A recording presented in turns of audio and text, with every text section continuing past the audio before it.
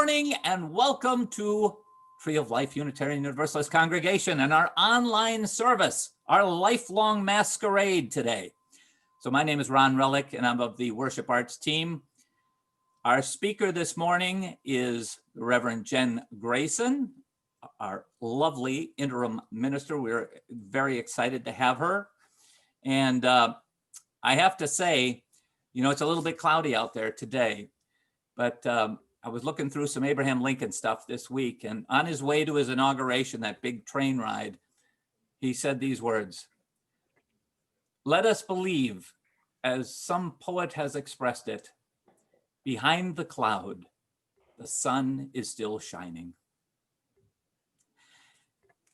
Reverend Jenn will begin our service with a call to worship.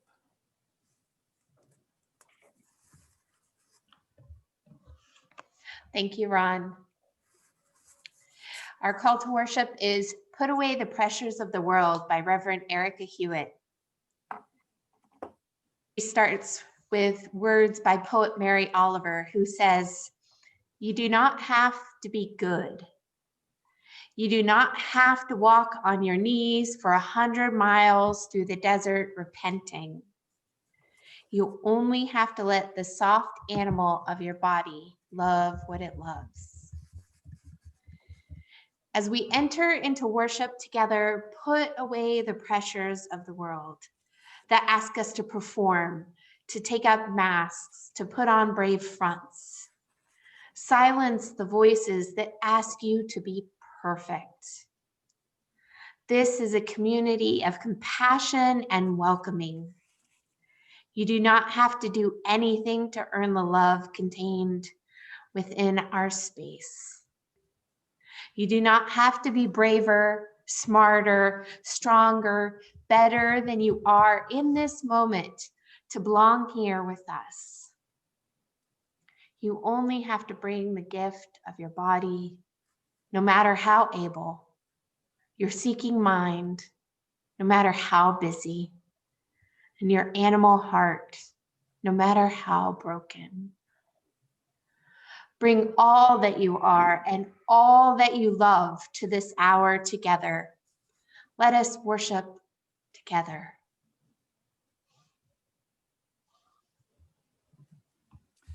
And now Judy Ayers will read our chalice lighting words before we light our chalices together. Judy? Healing. It's okay if you thought you were over it, but it hits you all over again. It's okay to fall apart, even after you thought you had it under control. You are not weak. Healing is messy. There is no timeline for healing. I light our chalice today for healing.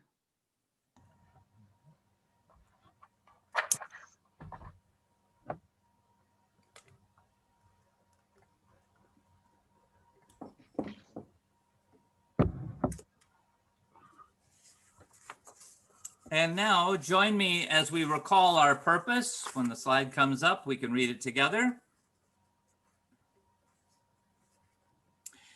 We journey as a family towards spiritual growth, freedom in faith, celebration of diversity, commitment to action, devotion to each other, the community, and the earth.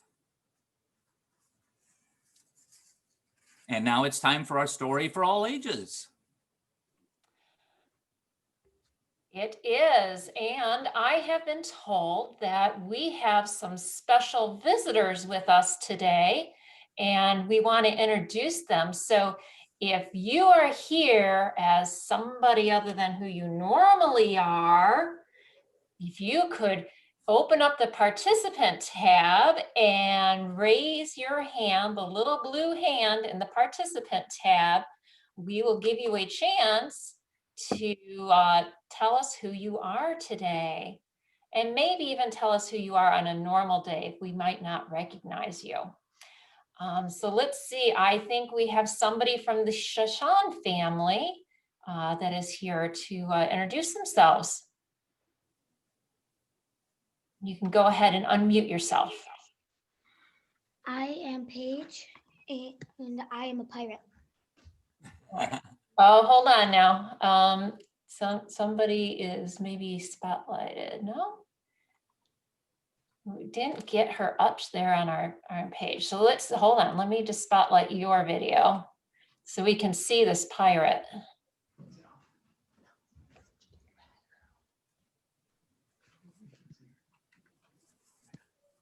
Everybody seeing her and just not me? She's gonna try and go up by her daddy and see if that works better. Hang on.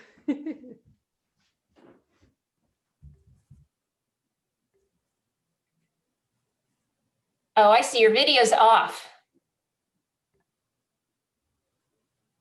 So let's see, maybe I need to find Kevin's then.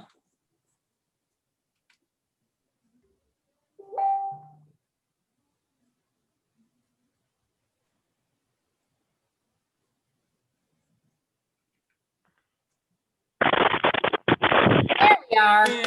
Yay. Oh, awesome. Now we can see you. I'm Paige, and I am a pirate. Awesome, Arg. Paige, and a very good pirate. Arr! Fantastic. Thank you. Okay, let's see if I have somebody else here. Let's see, Ted, fun. I think we got somebody happening there at your place. Hi, this is Emily. I'm here for your masquerade. Perfect, perfect masquerade costume. Thank you, Emily. Thank you. And let's see, do I have anybody else? Let me just check my chat to be sure I got everybody. Okay, let's see. Yes, the Patinos. Let me see if I can find you, or just go ahead and unmute yourselves and introduce who you have there.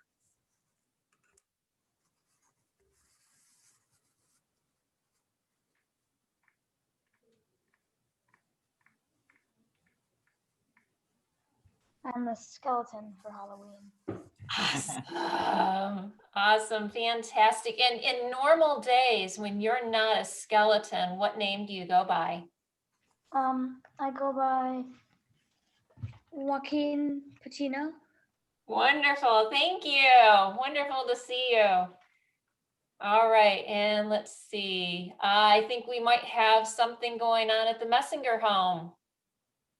The Spitza home, if you want to unmute yourself. Hi, I'm Till, and I'm my Navy Admiral for Halloween. Awesome. Aye, Welcome, aye, sir.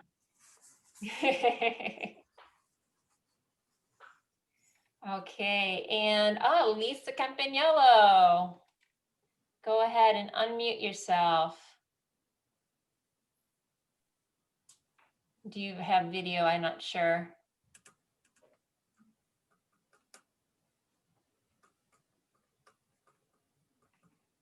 I don't think so. Oh, Lisa, do you have video for us to see you?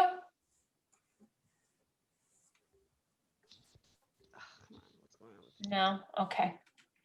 All right, and I think that is it for our holiday parade. And Ron, I see you're in costume. Would you like to introduce yourself? I'm the Mad Hatter. All those chemicals I've used for all those years have made me crazy. Fantastic. Thank you, everybody. Thank you for showing us the face behind the mask. All right, are we ready for our first hymn? Our first hymn will be 131. Well, you don't know what it is, but it's Love Will Guide Us. Love will guide us. And Billy is here live, coming up in just a moment. Love will guide us. You will have the lyrics on the screen. Sorry for interruption. I lost my connection and my ability to share. There he is. We sing him.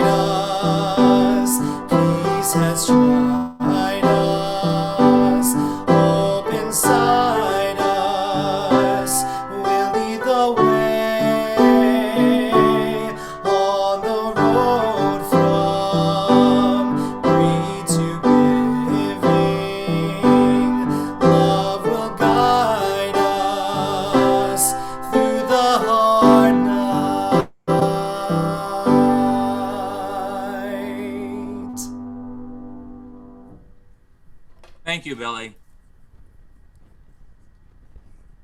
And now we welcome Reverend Jenn with the Lifelong Masquerade.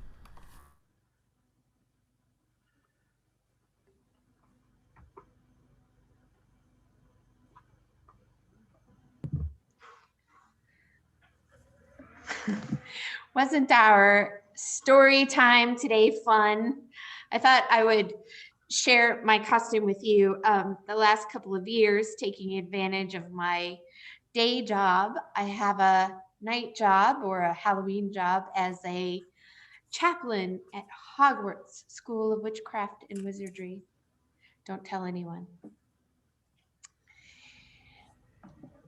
I've enjoyed seeing the creative ways that people have adapted to COVID time, impacting yet another opportunity to connect.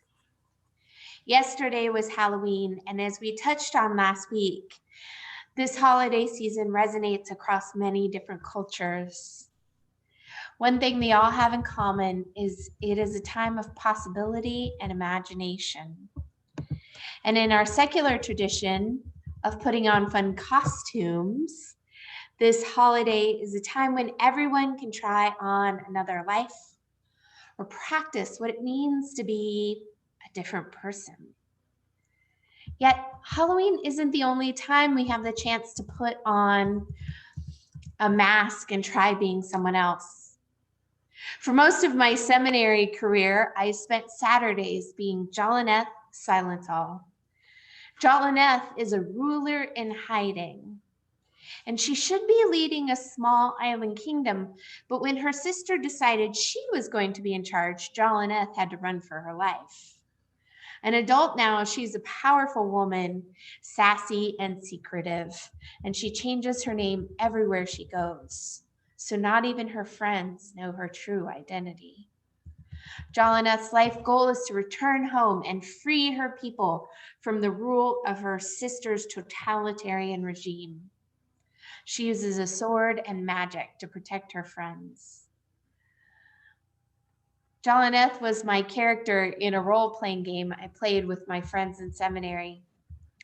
Living into Jolineth's life was escape from a week of studying the art of ministry.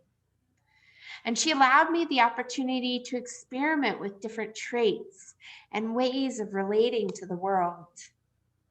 After all, using a sword to defeat monsters isn't a situation that comes up in the day-to-day life of a minister. Yet, anyway. Taking on a role, a different identity during Halloween or in games gives us permission to try something new or to be someone different. It's a safe way to experiment with a side of ourselves that we don't display on a regular basis. It can allow us to access something that was always within. An episode of This American Life tells the story of Navy Baker, who found power and found herself when she became a mascot. Navy is described as this awkward Mormon tomboy who's fairly shy, doesn't want any attention, and is nervous ordering at a restaurant. When she puts on her tiger costume, all of that changes. Navy's sister says, "This is how extreme it is. Navy's never been able to do a cartwheel." But then one practice with all the cheerleaders there, she thought, the tiger would do a cartwheel right now. And so she did one, just like that. She's done cartwheels in front of thousands since. But Navy, the person, still can't do a cartwheel. And this is the key to Navy's story. Her sister asks her, "What is it about the costume that lets you be that way?" And Navy says, "Well, definitely the fact no one can see your face. So no one's like, oh, who's that? Oh, they look stupid. So that's another thing I'm scared of. Like, people are going to judge me for what I look like. I have broad shoulders, big old calves, and it's just, I'm a big kid. So, I mean, the tiger is based off what I really want to be, like this realist person who doesn't care." Costumes can allow us to try on different sides of ourselves. They allow us to try on identities that we may not be ready or may not find it safe to accept. And sometimes permission to be someone else for a day allows us to be our true selves. My colleague, Don Fortune, says, in the US, back before gay rights became a thing, Halloween was the one day of the year when men could dress up in drag and women could wear men's clothes without fear of harassment or arrest. It was the one time we could express ourselves freely without fear, and it provided an opportunity, and still does, for folks to try on an alternative visage. I know plenty of guys who use that freedom to dress in a costume as the entryway to learning about their own identities. Reverend Fortune suggests that Halloween allowed the LGBTQ community to express ourselves freely on at least one day a year, which means for most of the year, the masks that LGBT folks had to wear were ones to conceal our true selves. How often are we forced to wear masks in our lives to conceal parts of ourselves, even to protect ourselves? Shakespeare recognized and explored this reality in his writing. In one of his plays, Twelfth Night, the main character, Viola, has come to town only to find that her brother was likely in a shipwreck. An unmarried woman who needs money, she pretends to be a man. And one of the most popular understandings for why Shakespeare had the character make this decision was that it was a logical way to protect herself. It was dangerous to be an unpartnered woman in a strange land. So Viola disguises herself as a man and takes a job working for a guy, Duke Orsino. Viola falls in love with the Duke. He thinks she's a man and has no interest in her. Of course, this is a comedy, so there comes a time when the Duke notices Viola seems to be in love with someone. When he asks Viola to describe this woman, she constantly gives characteristics that he possesses. She is of your complexion, my lord. She is about your years, my lord. And it goes on until they start talking about the woman the Duke is in love with, who doesn't love him, who later falls in love with Viola, because this is a Shakespearean comedy. But comedy or not, the play explores a serious element in the human condition. Sometimes we are forced to put on masks to protect ourselves or to fit in with society. How many of you have pretended to be someone you are not, or to like something you don't, just to get along with someone else, or to protect yourself from them? I'll tell you a secret. Most of the women in the audience can think of a time. Thinking about times when we've been forced to put on a mask is one thing. But now let me ask you a harder question. When have you forced others to wear a mask?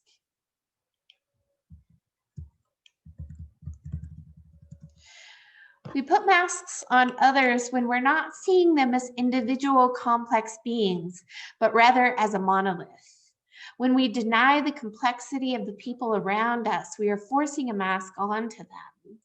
This is especially apparent in this time of extreme turmoil within our country.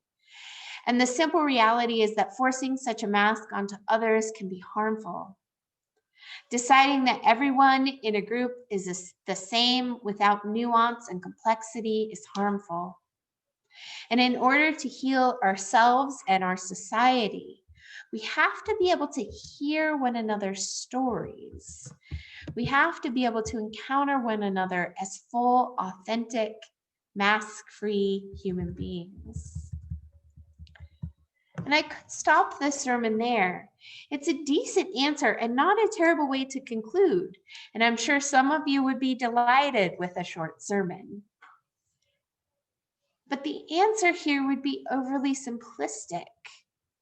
It's true, we shouldn't have to put on masks. And it's true, we should create a world where the only time we do so is for fun, to try on something new in a special time like Halloween or during a real role-playing game or in a Shakespearean comedy. It's true, we should create a world where people can be authentically themselves without harm. But in honoring those truths, we must also be aware of the world in which we actually live. What if the subversive and strong side to donning a mask, what if there is a subversive and strong side to donning a mask? Something to be celebrated, even as we also celebrate the ability to take it off. Virginia Rami Mollenkott explores this idea in her essay, Reading the Bible from Low and Outside, Trans Gay People as God's Tricksters. Subversion, even the kind of subversion that Viola engaged in, that LGBTQ people have engaged in for decades, can also be a way of claiming power. Mollenkott says, I realize that God repeatedly uses those with less clout to challenge those with more, in order to equalize or reverse the flow of energies that constitute power, be it cosmological, national, or personal. She says that in occupied territory, subversion is necessary for two reasons: to survive and to move society towards justice.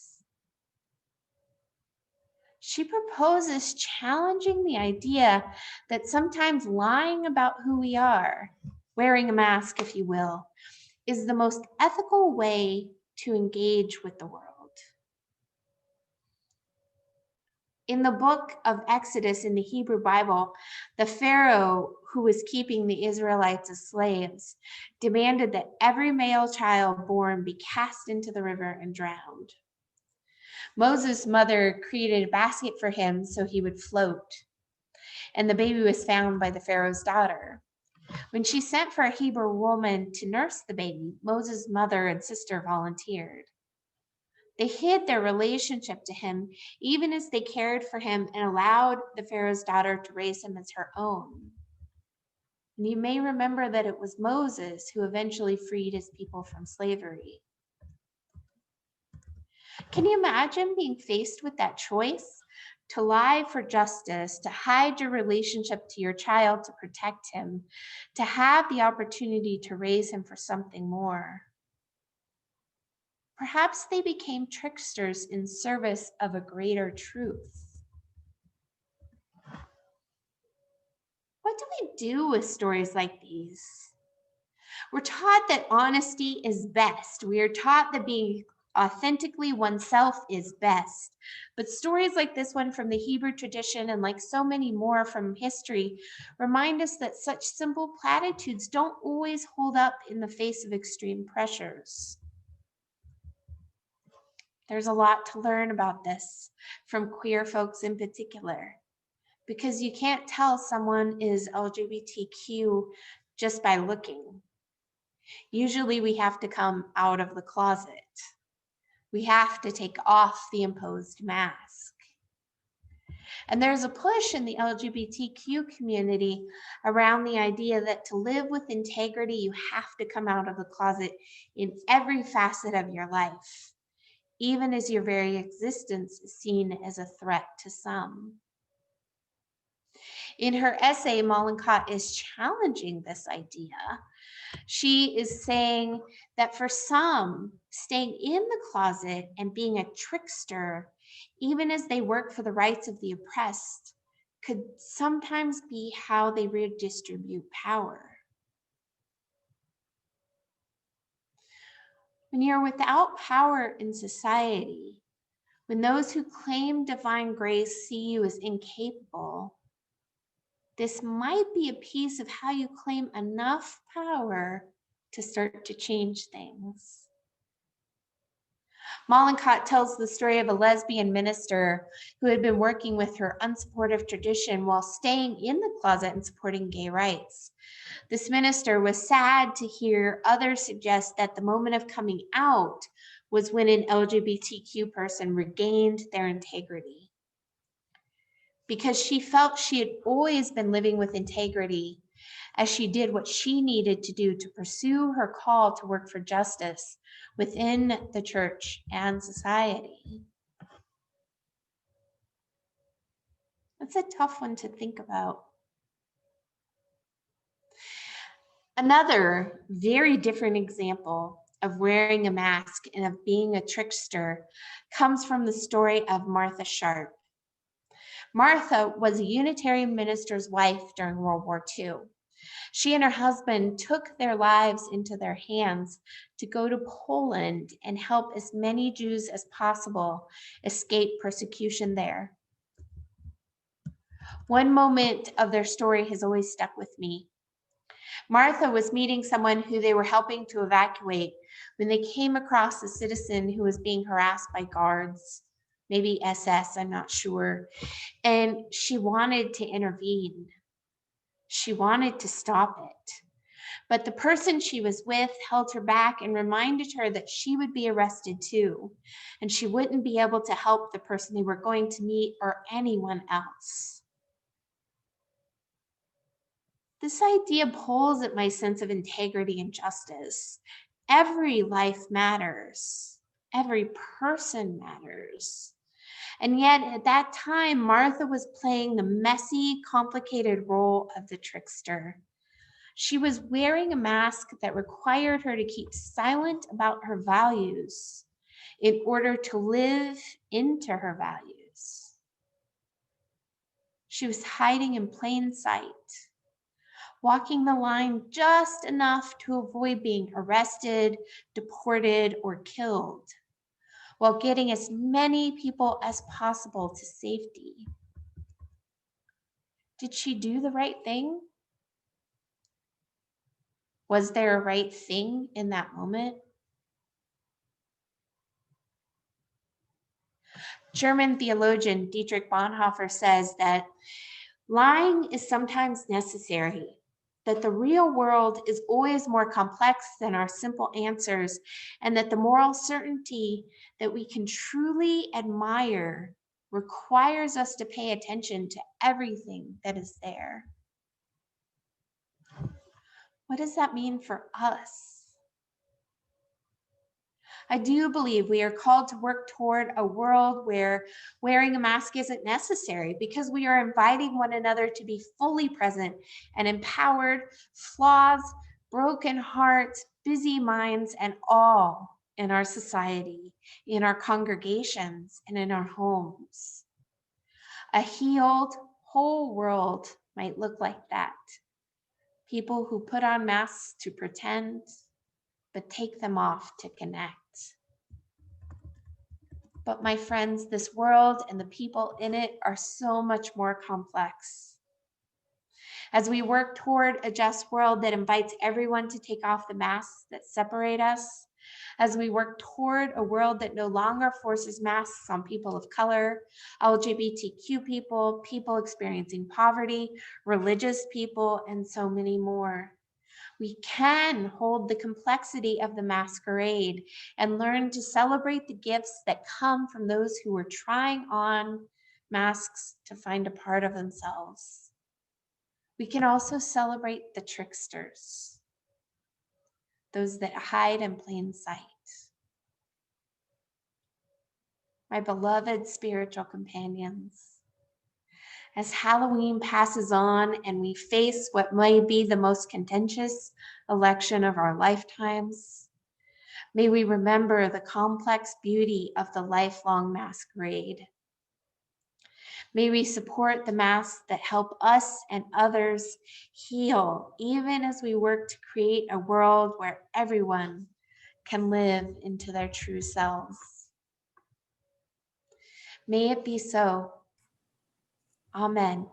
Blessed be.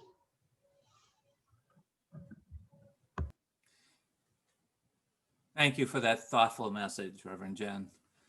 reminding us about the masks we wear and what lies behind them. We move on to our offering. Each week, of course, we also accept gifts to our church, to our congregation, so that we may extend out into the world, into our community, and do the things that we believe in. Just a quick reminder, you can text to give to that number on the screen, the first one. Give online, you've got a Breeze account. You can do that through the website. And you can also snail mail a check to the 5603 Bull Valley Road address. Mail is still being collected there. And indicate which fund, pledge, Second Sunday, or general fund, always. Sharing our joys and concerns, it's a special moment in our worship. We open our hearts to receive and embrace each other's lives. If there's something new in your personal life, it's an event or situation of joy, or you've got a challenge that touches you, feel invited to share this to help our community grow in connection. All announcements will appear in our newsletter unless there's a request to be withheld. So in your participants tab, on the lower left, there's a blue hand. It says raise hand. Click on that and you'll rise to the top there. And I will be calling on you to share. And don't forget to try to unmute yourself. And we'll check in with Reverend Jenn. Do you have something to share today? We do. My family has a sorrow to share. We had to say goodbye to our cat, Jessie, that Virginia brought into the relationship, and she had had all her life, all her 15 years. So it was a hard parting. Sorry for your sorrow. We have Sandy Eckert there. Sandy? I have both joy and concern. The joy, my littlest grandson turns 2 tomorrow. Sorrow is that I can't be with him. I'm also concerned about our country and what's going to happen Tuesday, Wednesday, following days with the finish of the election. And my other concern is I nearly burned my house down with my chalice a few minutes ago. I melted the tray that holds the papers that come out of my printer. Apparently I need to be more careful where I put the chalice after I leave it. Yes. And the other time to watch out is when you blow it out. I've thrown wax over everything. Next up, we have Julie Huddle. Julie, you out there? Yes, I kind of a mix of joy and sorrow. About a year and a half ago, my mom fell and broke her wrist, and they installed a plate with screws. And unfortunately, one of the screws came loose. So for a while, I was joking to her that she had a screw loose. But then we had to go to a series of doctors to get her cleared because she needed surgery. We went 6:15 on Friday, which was kind of hard for me because I worked second shift. And we both survived. So things are going well, and she's on the road to healing now from that. Yeah, no, that must have been difficult, and glad things are better now. So Lisa Campagnolo, are you out there, Lisa?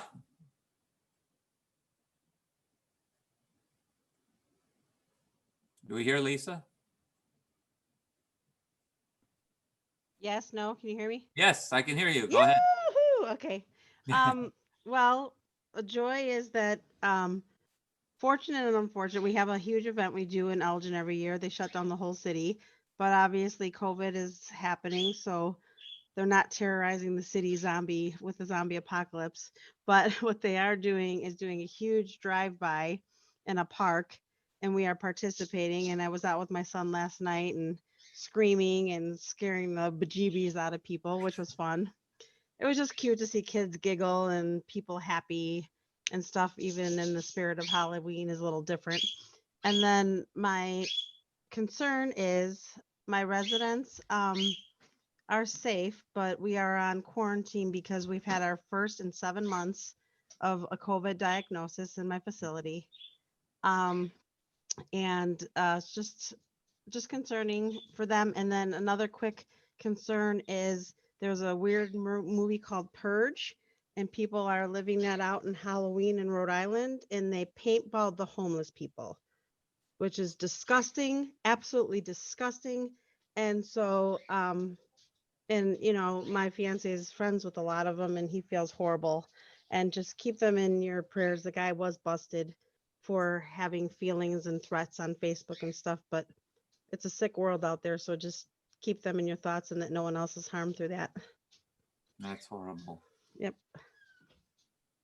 But Thank you.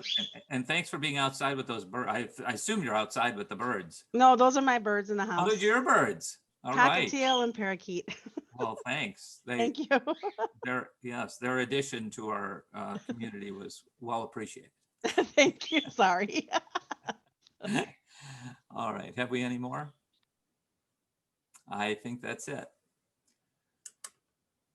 So at this time, we will honor all those unexpressed joys and concerns that remain on our hearts for the space of 3 deep breaths.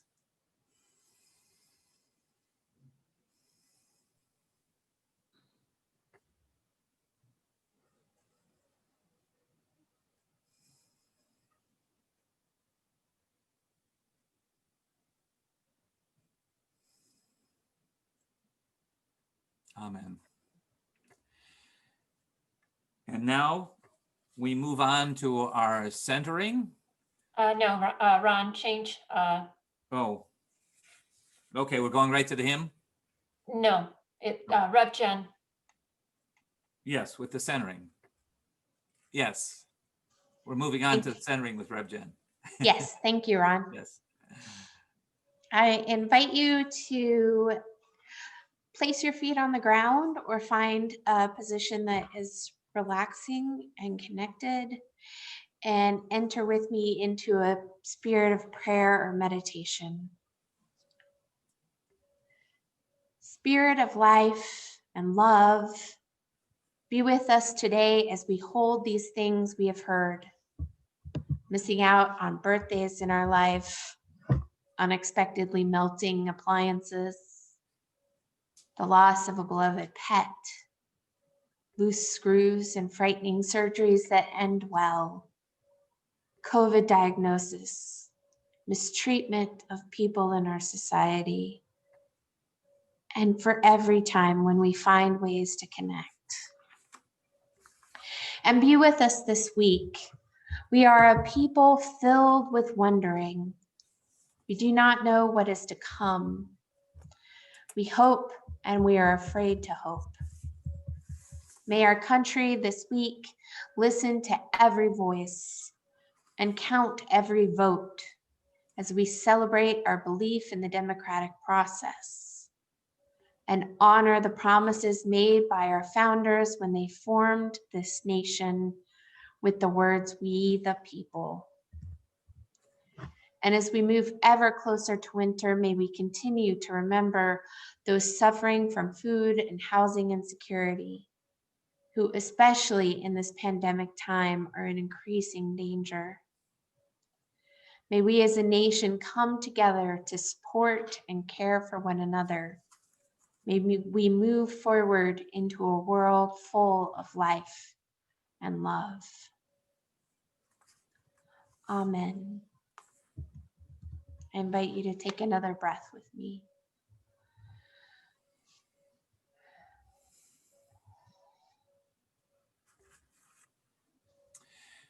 And now we move on to our second, it's a 2-hymn Sunday, a second hymn with Billy Live with One More Step. Stepping out with Billy.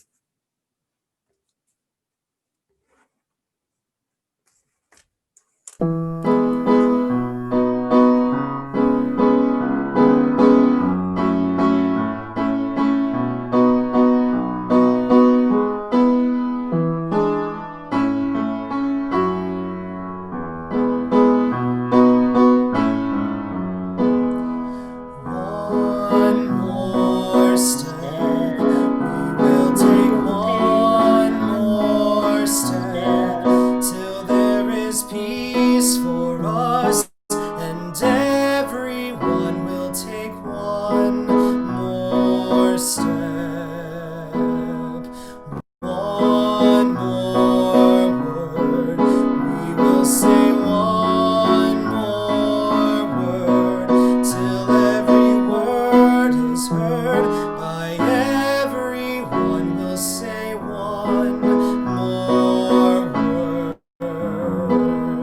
One more prayer. We will say one more prayer till every prayer is shared by everyone. We'll say one more prayer. One more song. We will sing one more song till every song is sung by everyone. We'll sing one more song.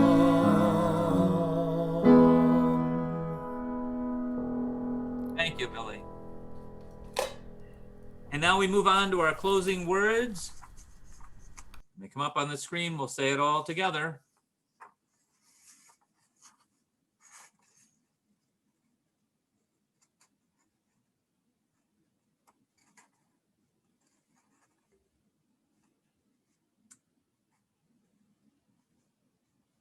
And our slide to the words. There we go. Be ours a religion which like sunshine goes everywhere. Its temple all space, its shrine the good heart, its creed all truth, its ritual works of love, its profession of faith divine living. We extinguish this flame of communal worship and now carry its light within us. We share this light, we carry its warmth to all whom we meet.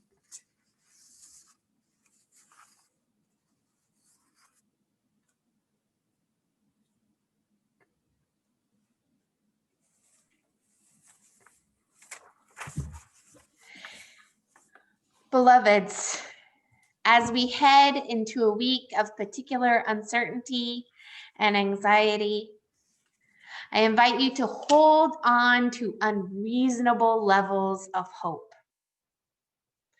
Remember always that this is also a country full of different races, religions, identities, ideas, foods, clothings, perspectives, and so much more. We are always striving for greater love and justice. May we hold on to hope as we continue to push the arc of the universe. Go in peace, go in love. Blessed be. Thank you. Thank you, everybody, for a wonderful service today.